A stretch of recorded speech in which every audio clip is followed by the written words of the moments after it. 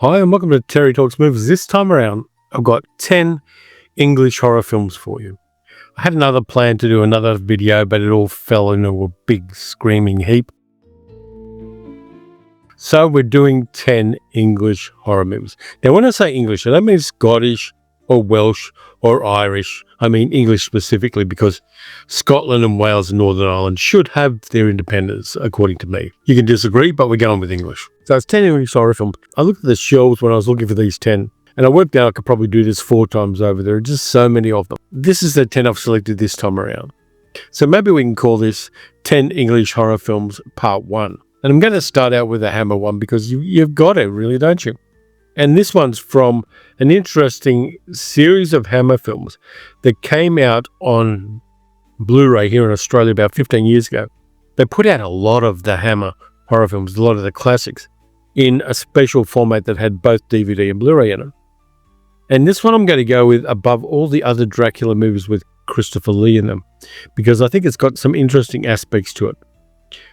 Dracula, Prince of Darkness. Good supporting cast in this one. You've got Francis Matthews, Charles Tingwell, an Australian, Thorley Walters, Andrew Keir, and Barbara Shelley. And I like this one in particular from 1966 because the Dracula we get in this particular movie is a lot more bestial and feral than the more sophisticated Dracula we got in some other movies. He's more animalistic, and I like that. I think that's a good way to go with it. And the movie resurrects Dracula from the first Dracula movie that Christopher Lee did by having his ashes in a coffin, hanging Bud Tingwell upside down above him, slitting Bud Tingwell's throat off screen, and letting all of his blood pour into the ashes, which of course resurrects the vampire. It's a nice way of doing it. It's visually interesting because you get all of the smoke effects and all of the bubbling blood with that wonderful Kensington Gore fake blood they had at the time. I like this one in particular. Andrew Keir playing a priest, Father Sandor, who helped dispatch the vampire, Barbara Shelley as Helen Kent, the woman who gets bitten by the vampire. And it's interesting because she's very prim and upright before she gets bitten. But after she gets bitten, she turns into a slinky and sexy seductress, which seems to be an upgrade to me. Her playing a slinky seductress is, gets a chef kiss from me. Thorley Walters turns up in this one as well. It's not a large budget film. It was at that time where Hammer was very much, saving their pennies. I think it's an honest one, and I like it more than I like most of the other Dracula movies. Even things like Dracula AD 1972, which is a little too desperate to appear modern. And even though it does have its groovy aspects, I think Dracula, Prince of Darkness is the one I'm going with here because of that feral, bestial Dracula we get in the movie. Some people say that Christopher Lee did it because he didn't want much dialogue, but I think it works in favour of the film. And what Christopher Lee said was, I didn't speak in that picture. The reason is very simple. I read the script and I saw the dialogue. I said to Hammer, if you think I'm going to say any of these lines, you're very much mistaken. Timmy Saxton, the scriptwriter, disagreed with that and said that vampires don't chat, so I didn't write him any dialogue. Christopher Lee has claimed that he refused to speak the lines he was given, so you can take your pick as to why Christopher Lee didn't have any dialogue in the picture, or you can take my word for it, I didn't write any. So one way or the other, Dracula doesn't talk in this movie, and I think it is a good choice. They're basically a predator. You don't talk to your steak sandwich before you eat it. So I'm going with that one as the first movie. I think it's underrated in the pantheon of Dracula movies, and I like it very much. This one I got in a screen-bound edition on Blu-ray, which also has the novelization of the movie in the box set. It's from the early 1970s, and it stars Neil Hart and Michelle Patricia Haynes, who was the first wife of Michael Caine. Virgin Witch. Virgin Witch is one of those demonic possession, sexy, naked witches dancing around a fire kind of movie. But I like it. I think it's fun. I think it's low budget. It's very self-conscious in some ways, but it does have a lot of nudity in it, which at the time I was watching these movies back in the 70s was the main criteria for watching any horror film. Didn't care if it was bloody, gory and scary, but it had to have nudity in it. And this one fulfills that aspect of it. There's the collector's edition Blu-ray. Basically, it's about a pair of sisters who get involved in a devil's coven of people who just basically want to bonk each other and chat with the devil. Patricia Haynes plays a lesbian in it and is very much ensorcelled by one of the Michelle sisters. So this one is, as much as anything, a time capsule of where horror movies were at the time. The novelization is also included in the box set.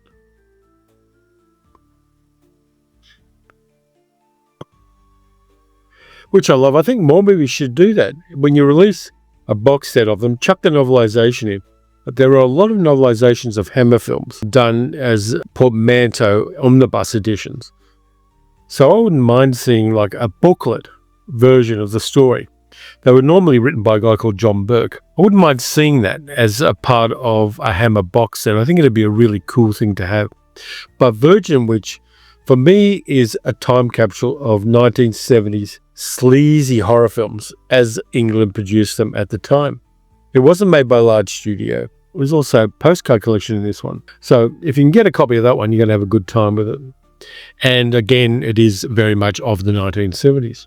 Then I've got for you as a very steampunky, kind of hidden gem of 1970s English horror movies.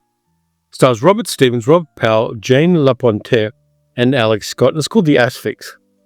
The Asphyx is a lot of fun. I saw this back in the day, and even though the ending of it is a little bit let down by the budget, let's say, it's got a really interesting concept.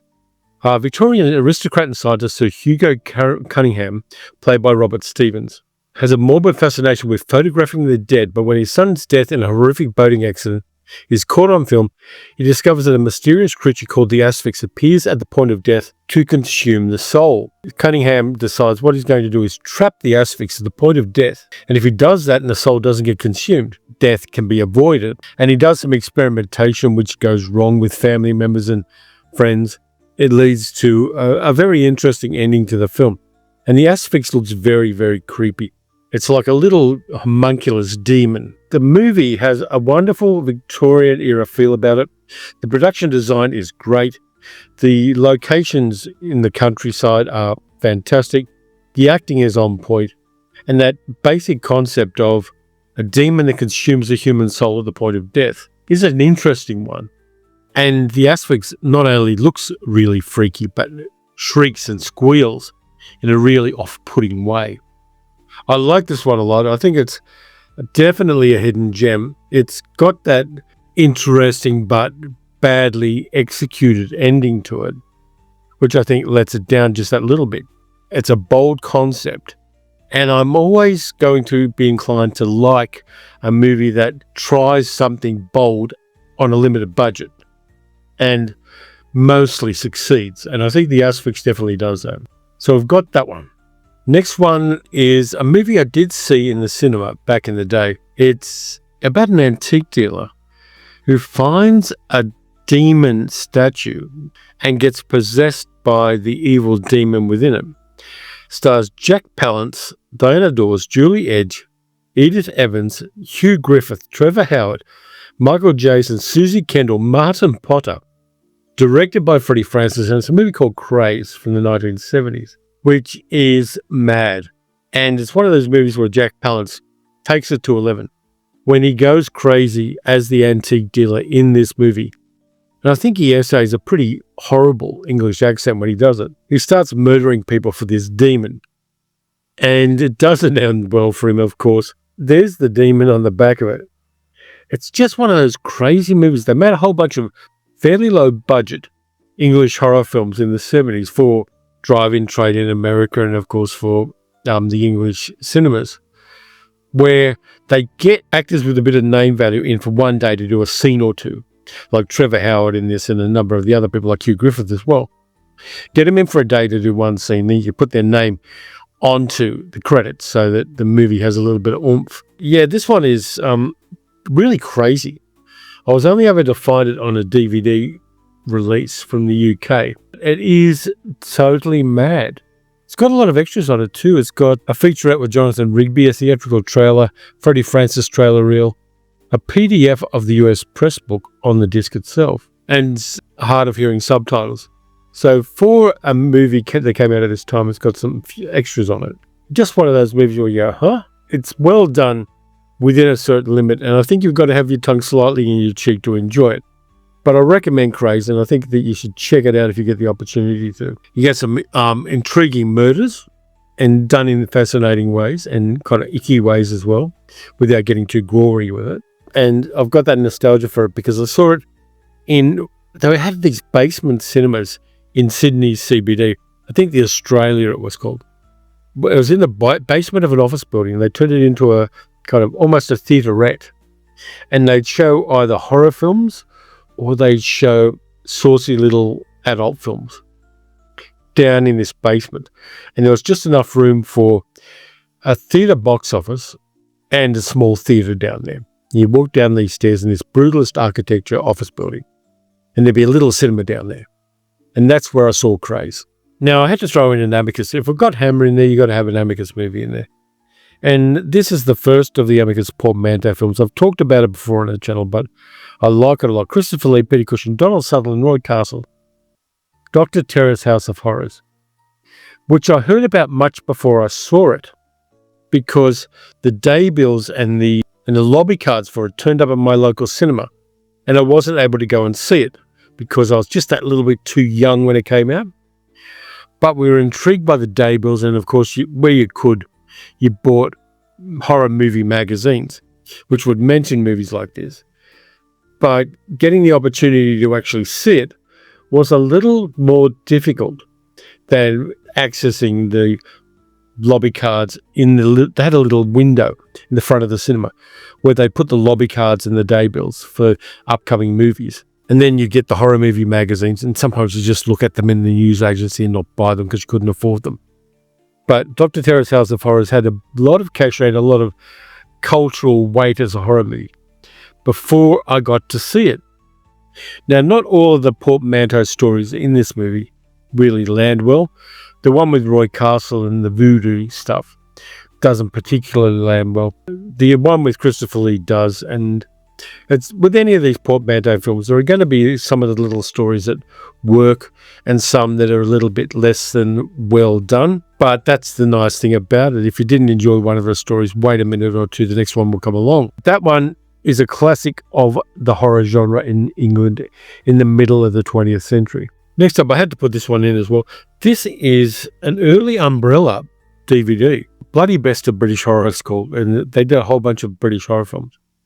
And the DVD box is red.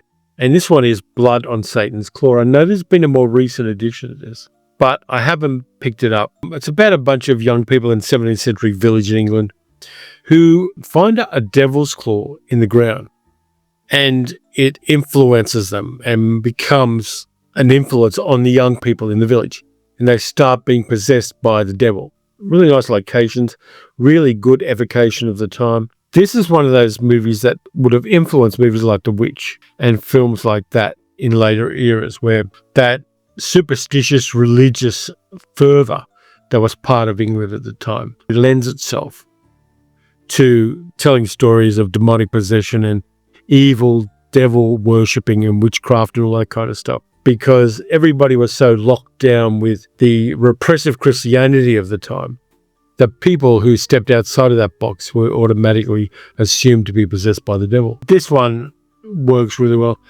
The cast is good too. Linda Hayden, Patrick Wymark, Barry Andrews, Michelle Doutrice, Rodney Pabry, Anthony Ainley, James Hayter, Robin Davies.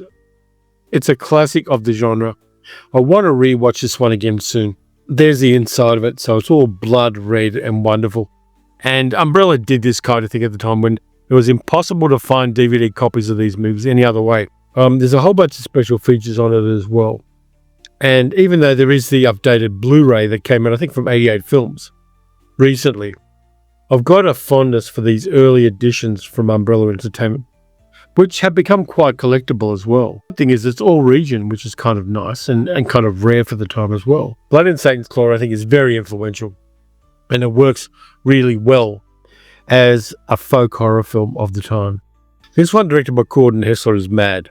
I've talked about it on the channel before. Vincent Price, Christopher Lee, Peter Cushing, Judy Huxtable, Alfred Marks, Michael Gothard. Scream and Scream Again. Has one of the best chase scenes in an English horror film, or in any horror film, which goes on very, very long, but really fills out its time. It's about a bunch of people who are creating superhuman people. Basically, instead of a super soldier syndrome, they're using transplants to create superhuman beings to help an Eastern European communist government, which is mad and weird. And it's got a little motif all the way through it where a jogger gets kidnapped and slowly his limbs start getting cut off while he's in a very weird hospital. Again, this is one I saw in the 1970s, and I loved it because it was so gory and icky and transgressive. It's just such fun. The disc here has audio commentary by Tim Lucas. The Trailers from Hell short by Mick Garris. It's got the English and UK versions on it, radio spots and a theatrical trailer. But Scream and Scream Again is just so lovely a 1970s horror film that I can rewatch it again and again and just admire the boldness of the mad storyline in this movie. I think I may have 11 or 12 rather than 10 movies for this one. This one I like because Ingrid Pitt, Peter Cushing, George Cole, The Vampire Lovers. The Vampire Lovers was the movie that everybody I went to school with wanted to see because it had naked women and vampires, but mostly naked women. It's based on Sheridan Le Fanu's Camilla. There's an excerpt from it read by Ingrid Pitt in this version of it. Audio commentary with Ingrid Pitt, Roy Ward Baker, the director, and Tudor Gates, the writer of the movie. The Vampire Lovers is one of the great Hammer horror films that most people don't talk about as much as they talk about Quatermass and The Pit and all the others. I had this one on VHS.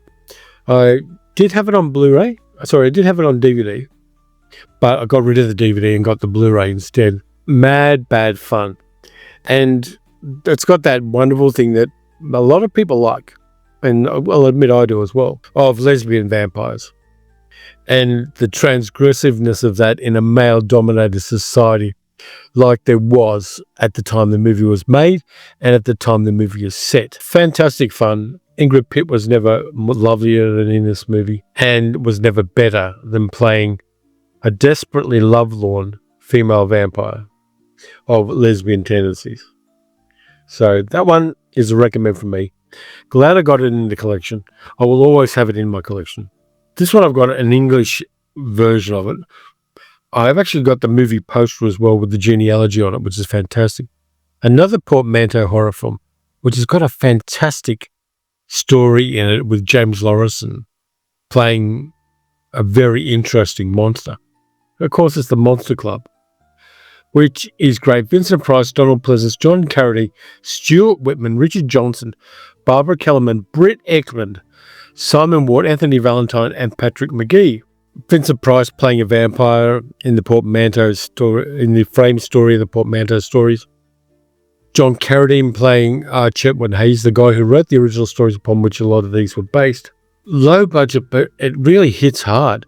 And the Shadmock story with James Lawrenson and Barbara Kellerman in it is genuinely and deeply creepy. I think it may be one of the creepiest stories that ever came out of these portmanteau films of the 1960s and 1970s.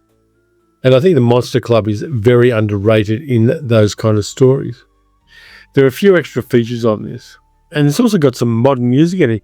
You got the Pretty Things, UB40 and B.A. Robertson doing some of the music for the movie. The Monster Club, highly recommended, rewatchable as hell.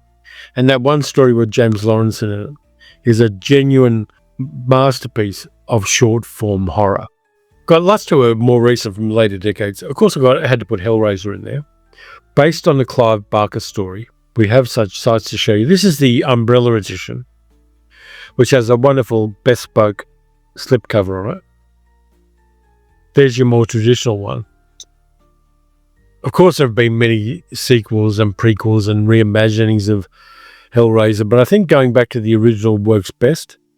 It really has a really great creepy vibe to it and has that Clive Barker blood and guts gore emphasis.